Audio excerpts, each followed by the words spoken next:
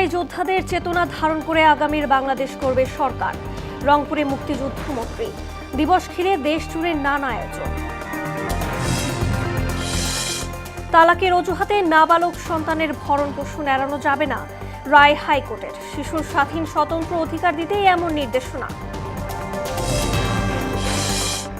আবারও যুক্তরাষ্ট্র ইরান পাল্টাপাল্টি হামলা, তেহরানে নিহত ৩৫।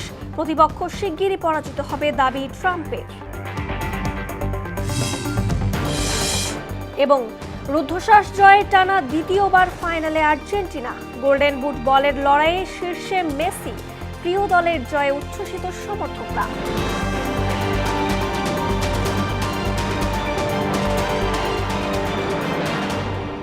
আসসালামু আলাইকুম, স্বাগত মোহনা সংবাদে। এতক্ষণ শুনছিলেন শিরোনাম, পুরো সংবাদের সঙ্গে আছে আমি রজনী রহমান। শুরুতেই রক্তাক্ত জুলাই প্রসঙ্গ।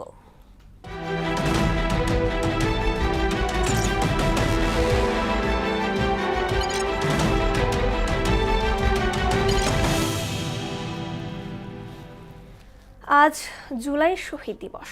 2024 সালের জুলাই আগস্টে সংঘটিত ঐতিহাসিক গণ অভ্যুত্থান এবং কোটা সংস্কার আন্দোলনে শহীদ হওয়া আবু সাইদ সহ সকল শহীদদের আত্মত্যাগ ও স্মৃতিকে গভীর শ্রদ্ধার সঙ্গে স্মরণ করতেই রাষ্ট্রীয়ভাবে পালন করা হচ্ছে দিনটিকে।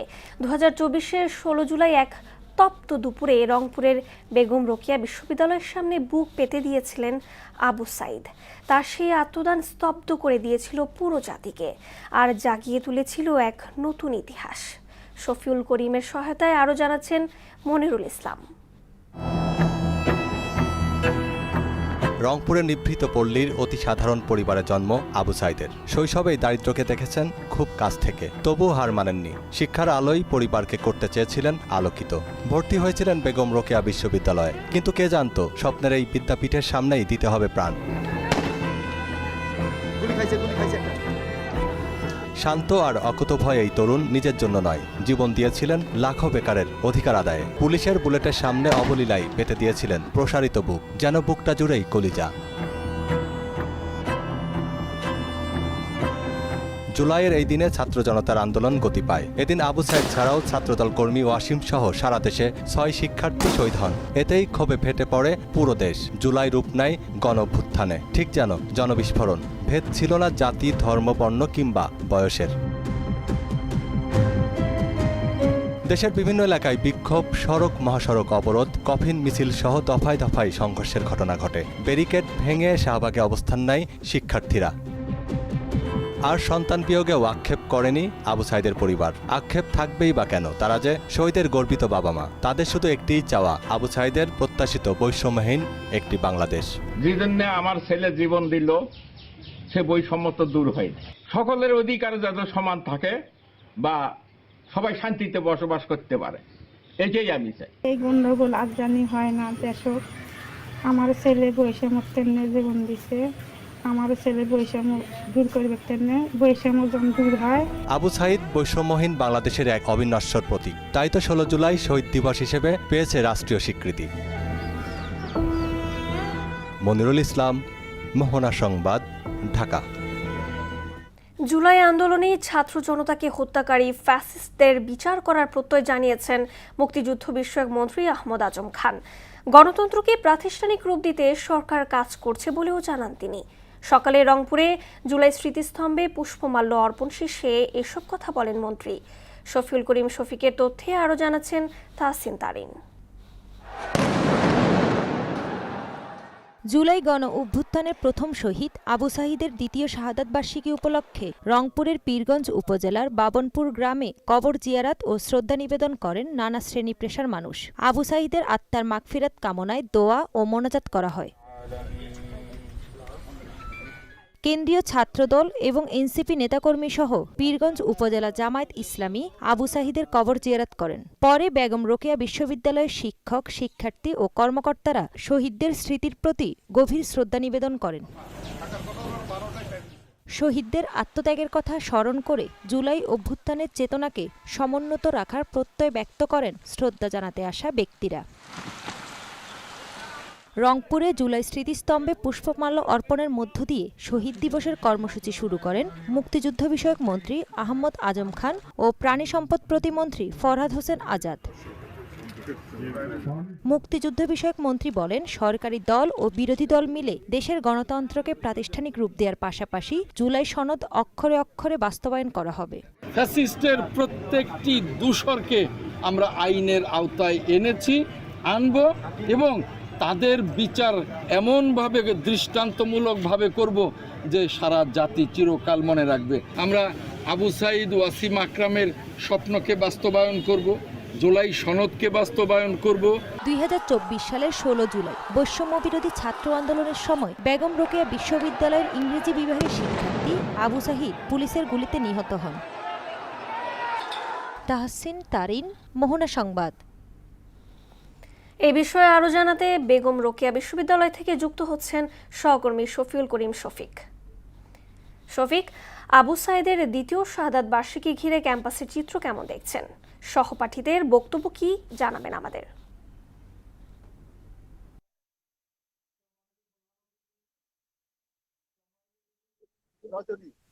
দেশের সর্বদূরের যে বিভাগ, এই রংপুর বিভাগ অর্থাৎ রোকেয়া বিশ্ববিদ্যালয়ের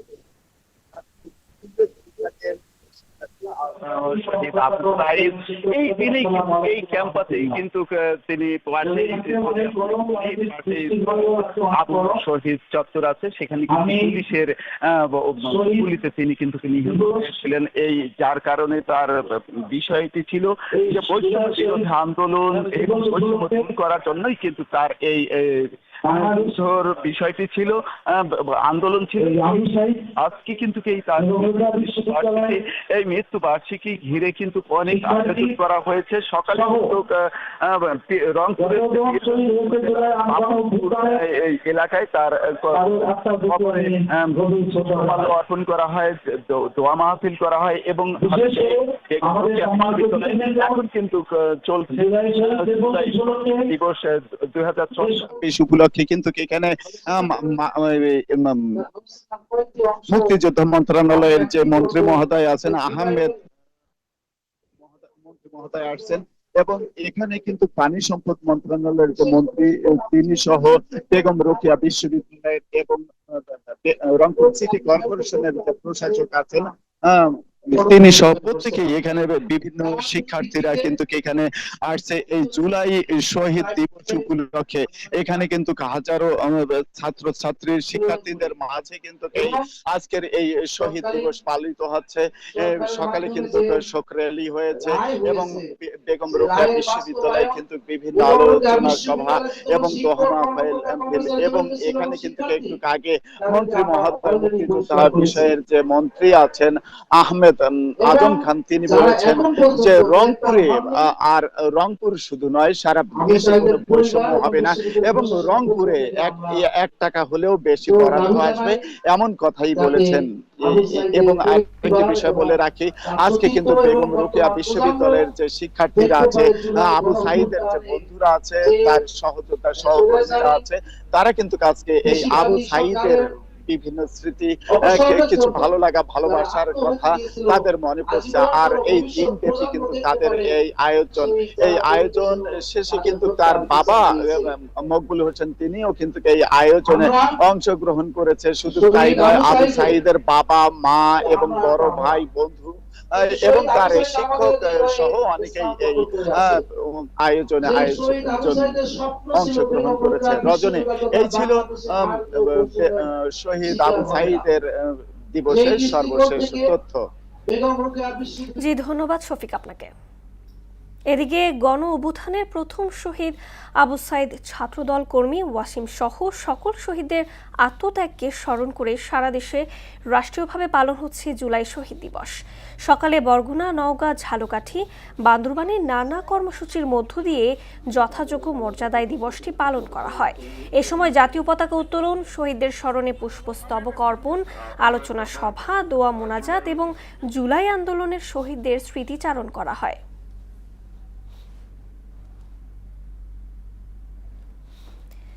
আইন অনুযায়ী প্রমাণিত নয় এমন তালাকের অজুহাতে স্ত্রী ও নাবালক সন্তানের ভরণ পোষণ এবং দেনমোহরের ডিক্রি কার্যকর করা বন্ধ করা যাবে না বলে রায় দিয়েছেন হাইকোর্ট। একই সঙ্গে আদালত বলেছেন, সন্তানের ভরণ পোষণের অধিকার মা বাবার তালাক সংক্রান্ত বিরোধের ওপর নির্ভরশীল নয়, এটি শিশুর নিজস্ব ও স্বতন্ত্র আইনগত অধিকার। সম্প্রতি বিচারপতি আব্দুর রহমানের একক বেঞ্চ এই রায় দেন। বৃহস্পতিবার রায়ের অনুলিপি প্রকাশ করা হয়। এতে বলা হয়, বিবাহ, তালাক, দেনমোহর, ভরণ পোষণ ও বৈবাহিক অধিকার সংক্রান্ত বিরোধ নিষ্পত্তির একমাত্র এখতিয়ার ফ্যামিলি কোর্টের।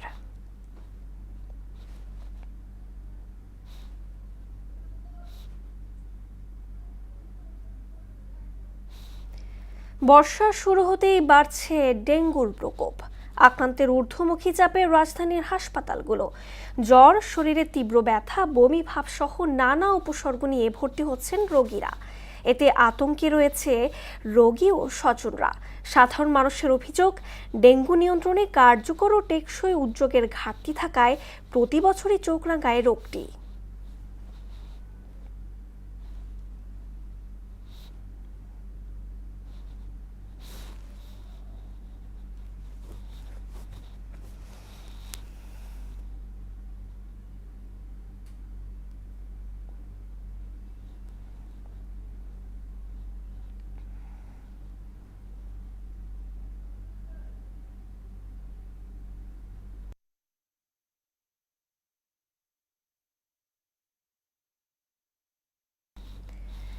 লক্ষ্মীপুরে সাবেক রাষ্ট্রপতি জিয়াউর রহমানের স্মৃতি বিজড়িত ঐতিহাসিক জিয়ার খাল এবং কমলনগর উপজেলার নামকরণ নিয়ে স্থানীয় মানুষের মাঝে এখনও কাটেনি আবেগ ও উচ্ছ্বাস। 70 দশকের শেষ ভাগে তার হাত ধরে শুরু হওয়া কৃষি বিপ্লবের ধারা আজও উপকূলীয় এই অঞ্চলের অর্থনীতিতে গুরুত্বপূর্ণ ভূমিকা রাখছে। নাজিমুদ্দিন রিয়াদের প্রতিবেদন, জানাচ্ছেন মাহমুদা আক্তার। জলাবদ্ধতা দূর করে কৃষিতে সেচ সুবিধা নিশ্চিত করতে 1977 সালে দেশ জুড়ে শুরু হয় স্বেচ্ছাশ্রমে খাল খনন কর্মসূচি। এরই অংশ হিসেবে লক্ষ্মীপুরের ভবানীগঞ্জ চরভুতা এলাকায় সাধারণ মানুষের সঙ্গে কোদাল হাতে নেমে পড়েন তৎকালীন রাষ্ট্রপতি জিয়াউর রহমান। নেতার সেই আন্তরিকতা দেখে সেদিন স্বতঃস্ফূর্তভাবে খাল খনন কাজে অংশ নেন হাজারো মানুষ। সাধারণ মানুষের ভালোবাসায় এই খালের নাম হয়ে যায় জিয়ার খাল। জিয়া রহমান মাটি কাটার সাথে সাথে মানে এই মাটি সবে জনগণ মানে উত্তর করে মানে সমানে মাটি কাটি এই নদী ইয়া খাল কাটছে। জিয়ার রহমানের খাল কাটছে, এই জন্য জিয়ার রহমানের এই খালকে জিয়ার খাল বলে। মাঝিয়ান্তি জিয়া রহমানে খাল কাটি দেওয়াতে মানে যে হানি নামি দিয়া এ খাল গ্রামীণ অর্থনীতিতে নতুন গতি এবং কৃষি উন্নয়নে নীরব বিপ্লব সৃষ্টি করেছিল বলে জানান লক্ষ্মীপুর 3 আসনের সংসদ সদস্য ও পানি সম্পদ মন্ত্রী শহীদ উদ্দিন চৌধুরী অ্যানি। যে গ্রামীণ অর্থনীতিকে চাঙ্গা করা, কৃষির বিপ্লব ঘটানো, সেই লক্ষ্যকে সামনে রেখেই তিনি খাল খনন কর্মসূচির যে উপকারিতা দেশবাসীর দোরগোড়ায় নিয়ে গিয়েছিলেন। শুরুতে উপজেলার নাম কমলগঞ্জ রাখার প্রস্তাব থাকলেও দেশের অন্য একটি উপজেলার সঙ্গে নামের মিল থাকায় তার জটিলতায় পড়ে। তৎকালীন প্রধানমন্ত্রী বেগম খালেদা জিয়ার হস্তক্ষেপে কমলনগর নামটি চূড়ান্ত করা হয় বলে জানান জাতীয় সংসদের হুইপ ও লক্ষ্মীপুর 4 আসনের সংসদ সদস্য। কমলগঞ্জ আরেকটি উপজেলা আছে সিলেটে, সাইফুর রহমান সাহেবের এলাকা। নিখারের সবাই এটা ক্যান্সেল হয়ে যাচ্ছিল। তখন ম্যাডাম খালেদা জিয়া বললেন, সাইফুর রহমান সাহেব, আবার তো এটা আসতে অনেক পথ পেরিয়ে আসতে হবে, আমরা এটাকে কমলনগর করে দেই। এই কমলনগর। জিয়ার খালের পানি যেমন এখনো কৃষকের মাঠে প্রাণ সঞ্চার করে, তেমনি কমলনগরের নামও নতুন প্রজন্মকে স্মরণ করিয়ে দেয় এক ঐতিহাসিক অধ্যায়ের কথা। মাহমুদা আক্তার, মোহনা সংবাদ। বর্ষার শুরু হতেই বাড়ছে ডেঙ্গুর প্রকোপ। আক্রান্তের ঊর্ধ্বমুখী চাপে রাজধানীর হাসপাতালগুলো। জ্বর, শরীরে তীব্র ব্যথা, বমি ভাব সহ নানা উপসর্গ নিয়ে ভর্তি হচ্ছেন রোগীরা। এই বিষয়ে আরও জানাতে সোহরাওয়ার্দী মেডিকেল কলেজ হাসপাতাল থেকে যুক্ত হচ্ছেন সহকর্মী বিজন কুমার। বিজন, হাসপাতালে ডেঙ্গু রোগীর ভর্তির চিত্র কেমন দেখছেন?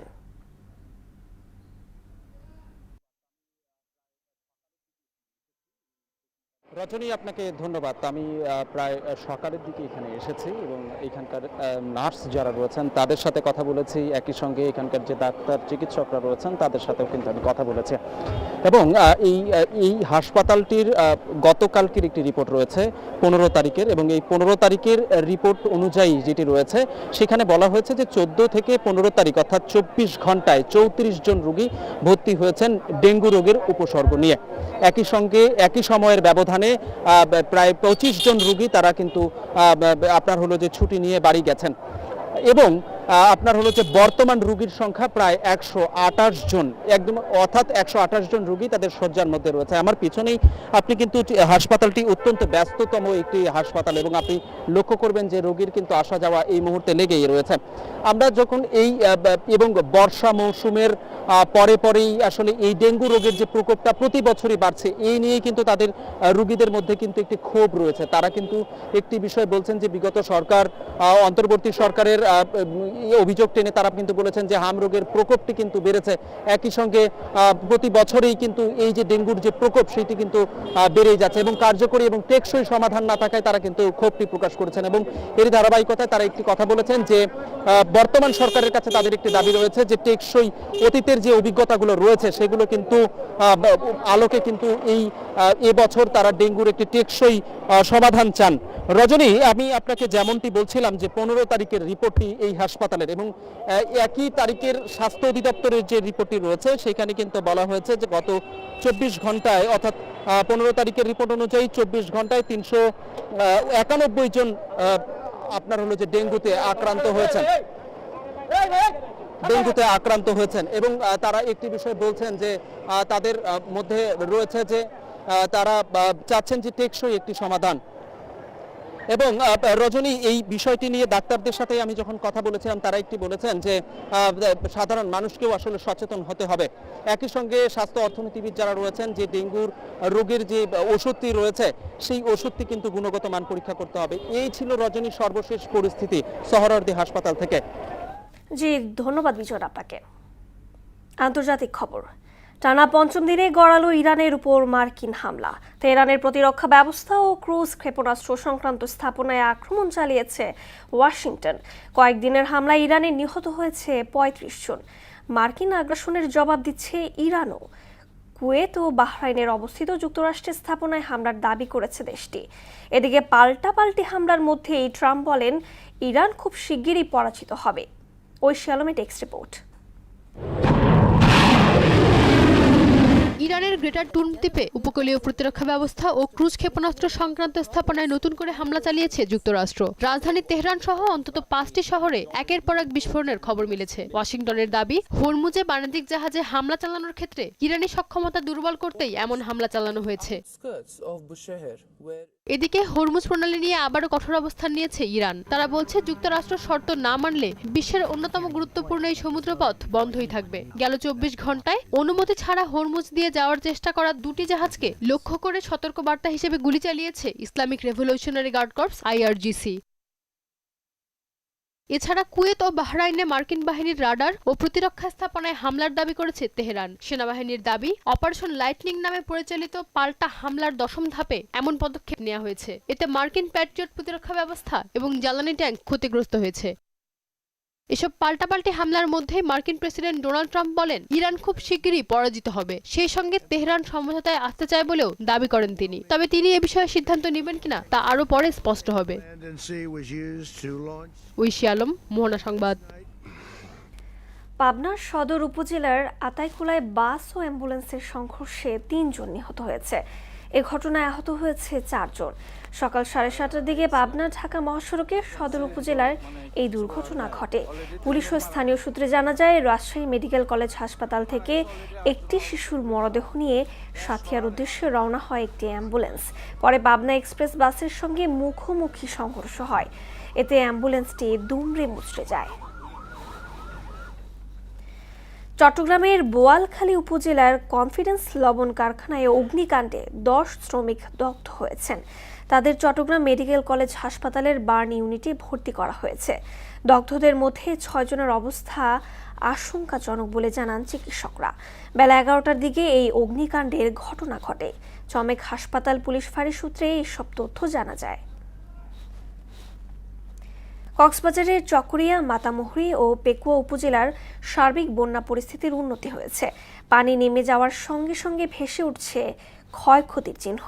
চাহিদা অনুযায়ী পর্যাপ্ত সরবরাহ থাকার দাবি করে প্রত্যন্ত এলাকায় ত্রাণ পৌঁছে দেওয়া হচ্ছে বলে জানান উপজেলা নির্বাহী কর্মকর্তা আমানুল হক বাবুলের তথ্যচিত্রে তাহসিন তারিনের প্রতিবেদন। টানা বর্ষণ ও পাহাড়ি ঢলে সবচেয়ে ক্ষতিগ্রস্ত জনপদ পেকুয়া, চকরিয়া ও নবগঠিত মাতামুহুরী উপজেলা। এখানকার গ্রামীণ রাস্তাঘাট ভেঙেচুরে একাকার, ঘরবাড়ি বিধ্বস্ত, মাছের ঘের ও ফসলি জমি তলিয়ে ব্যাপক ক্ষতি হয়েছে। পানি কমলেও মানুষের দুর্ভোগ শেষ হয়নি। পানি নামার সঙ্গে সঙ্গে সর্বত্র ফুটে উঠেছে ক্ষয়ক্ষতির ভয়াবহ চিহ্ন। দুর্গত এলাকায় বিশুদ্ধ পানির তীব্র সংকট ও পানিবাহিত রোগের আতঙ্ক দেখা দিয়েছে। ক্ষতিগ্রস্ত সড়কগুলো ঠিক করা এবং ক্ষতিগ্রস্ত পরিবারের পুনর্বাসন এখন প্রধান চ্যালেঞ্জ। আর যদি বৃষ্টি না হয় প্লাবিত হওয়ার সম্ভাবনা নাই এবং বন্যার পরিস্থিতি উন্নতির দিকে যাচ্ছে। ধান, চোল, পুকুরে মাছ হতে ধরি, ঘর বাড়িতে ধরি, আমাদের কিচ্ছু নেই। আর হন ন ভাই সাহায্য মেম্বারে আর মানে বুন্দা দিয়ে স্কুল, কলেজ, হাট, বাজার, রাস্তাঘাট সবকিছু বন্ধ বলে চলে। ইনশাল্লাহ পরিস্থিতি দুদিন ধরে উন্নতি হচ্ছে। পেকুয়া উপজেলা নির্বাহী কর্মকর্তা রফিকুল ইসলাম বলেন, প্রত্যন্ত এলাকায় ত্রাণ পৌঁছে দেওয়ার সর্বোচ্চ চেষ্টা করা হচ্ছে। চাহিদা অনুযায়ী পর্যাপ্ত সরবরাহ থাকায় ত্রাণের কোনো ঘাটতি নেই বলেও জানান তিনি। প্রত্যেকটা ইউনিয়নে, প্রত্যেকটা প্রান্তে প্রান্তে আমরা ত্রাণ বিতরণের অব্যাহত রেখেছি এবং ইউনিয়ন পরিষদ থেকে সরাসরি ইউনিয়ন পরিষদ থেকে ত্রাণ বিতরণ হচ্ছে। ত্রাণের কোনো আমাদের এখানে এখনো পর্যন্ত ঘাটতি নেই। আমরা যেভাবে চাহিদা দিচ্ছি সেটা আসতেছে।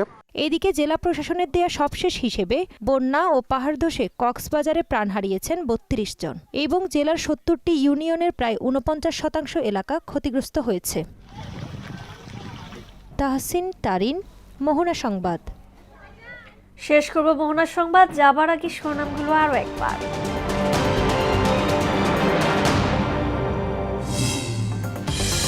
জুলাই যোদ্ধাদের চেতনা ধারণ করে আগামীর বাংলাদেশ করবে সরকার, রংপুরে মুক্তিযুদ্ধ মন্ত্রী। দিবস ঘিরে দেশ জুড়ে নানা আয়োজন। তালাকের অজুহাতে নাবালক সন্তানের ভরণ পোষণ এড়ানো যাবে না, রায় হাইকোর্টের। শিশুর স্বাধীন স্বতন্ত্র অধিকার দিতে এমন নির্দেশনা। আবারও যুক্তরাষ্ট্র ইরান পাল্টাপাল্টি হামলা, তেহরানে নিহত ৩৫, প্রতিপক্ষ শিগগিরই পরাজিত হবে, দাবি ট্রাম্পের। এবং রুদ্ধশ্বাস জয়ে টানা দ্বিতীয়বার ফাইনালে আর্জেন্টিনা, গোল্ডেন বুট বলের লড়াইয়ে শীর্ষে মেসি, প্রিয় দলের জয়ে উচ্ছ্বসিত সমর্থকরা। এই ছিল মোহনা সংবাদে। পরবর্তী সংবাদ বিকেল 5:30টায়। এর আগে বিকেল 3টায় দেখবেন সংবাদ এক নজরে। মোহনার সবশেষ খবর জানতে ভিজিট করুন www.mohana.tv। সংবাদ দেখতে পারেন ফেসবুক, ইউটিউবেও। এতক্ষণ সঙ্গে থাকার জন্য ধন্যবাদ সবাইকে।